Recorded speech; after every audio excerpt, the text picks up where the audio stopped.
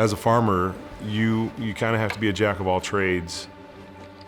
You have to be a banker, a mechanic. You know, you have to be a good business manager.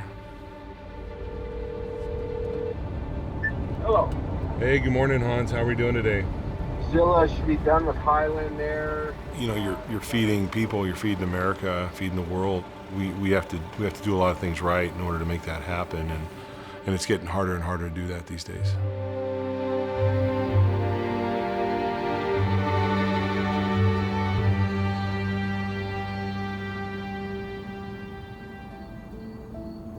We're in Zilla, Washington, on one of the farms that I manage. It's primarily an apple farm. There's cycles in farming, and not every year is a home run. You got weather issues, you know, extreme heat, extreme cold, and then you have the insects that are kind of in the middle of all that. And one of the biggest challenges for us is pesticides. We've felt for a few years now that maybe some of the makeups of the chemicals that we're currently using might not be working as well as they have in the past. You know, there's a lot of fear and concern 5-10 years from now. How are we going to fight the pests that we've been fighting? How are we going to bring a crop to market that doesn't have a bunch of stings and a bunch of issues? When you're trying to grow more with fewer and fewer tools, something just has to give. How's the season going? It's going okay. We've been battling the heat quite a bit. We're really concerned about size on the fruit, so when we look at this, we're looking for 88s, 80, 72s. If you have too high a percentage of stings, of damage in your apples when you take them to the packer, they will be outright rejected. So as Keith would say, he just needs more weapons. As existing solutions were pulled from the market or restricted in their use, he just didn't have the weapons that he needed to be able to control his insects.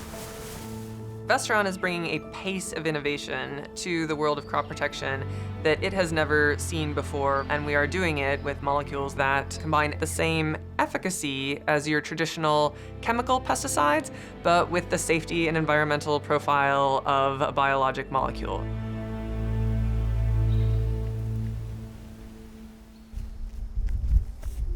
My name's Bob Kennedy. I'm the Chief Scientific Officer at Vestron. I enjoy running the mental component of it. I'm not the fastest runner, but I am persistent. And maybe that's a little bit like what Vestron is. It took this team probably about a decade to solve the problems that would bring this first product to the market. We had a very small team, dedicated and focused, and through persistence, finally solved the gating problems to commercializing this new class of products that we think will transform agriculture. Vestron's first product started with the Blue Mountain funnel web spider. What we do is we take that natural product, that peptide that's been isolated from the venom of that spider, and we modify it so that it can be used as a commercial crop protection insecticide. And so we started from that single point, that peptide, and we engineered a product that we could manufacture, that we could get into insects, that was not toxic to humans, birds, fish, vertebrates, but was really quite effective against a wide variety of insects. After learning about the technology and what was involved in Vestron, we decided to incorporate it into our program and give it a shot.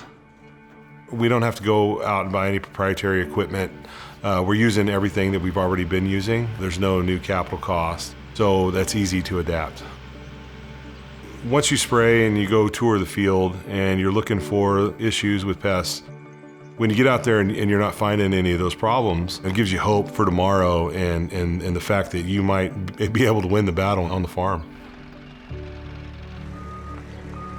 I think we are at the forefront of a revolution in agriculture that is going to allow this industry to continue to meet the growing needs that we have for food, while also being much softer on the environment and safer for pollinators and workers and consumers.